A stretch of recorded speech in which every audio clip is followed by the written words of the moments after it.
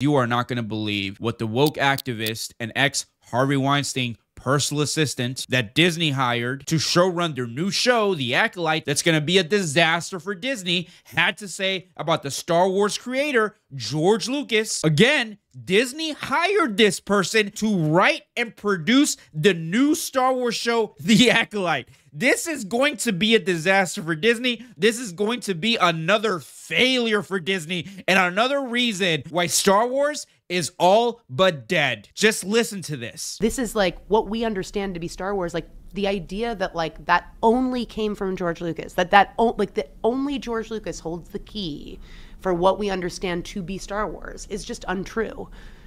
And I think the prequels are an excellent example of that. I mean, but you look at McQuarrie's work and you realize like what an indelible mark this man has made on culture via this one role that he played in this film.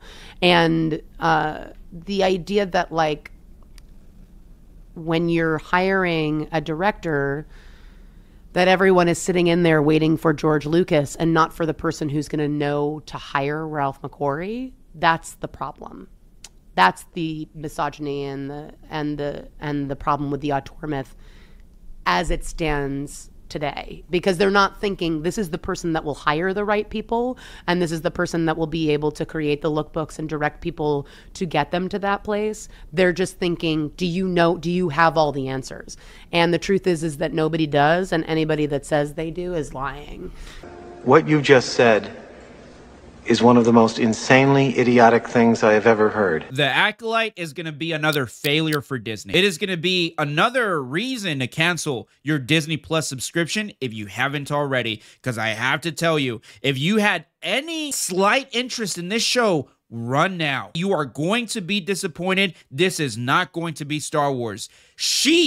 Ex-Harvey Weinstein personal assistant, Leslye Headland, does not understand what Star Wars is. Clearly, you just heard it. She insinuated that wanting, and this doesn't make any sense, that wanting George Lucas involved because he is the creator is somehow misogynistic. I think that's what she said. I really don't know what she was trying to say. I have no idea how misogyny played into anything that she said. Insinuating that the creator of Star Wars should have the final say-so as to what Star Wars is misogyny. I mean, that is wild to me, honestly. Make no mistake about it. Star Wars is George Lucas. George Lucas is Star Wars. This is his creation. He has the final say-so as to what Star Wars is. I know this new crap that they're coming out with Disney and you know, The Acolyte, this shit, it's not Star Wars. It's really not. And I'm going to show you in just a second another clip as to these people they're hiring to make these Star Wars shows, how they just don't understand what Star Wars is, or they don't understand the history of Star Wars, really. Really fun to get to actually like take creative decisions and stuff.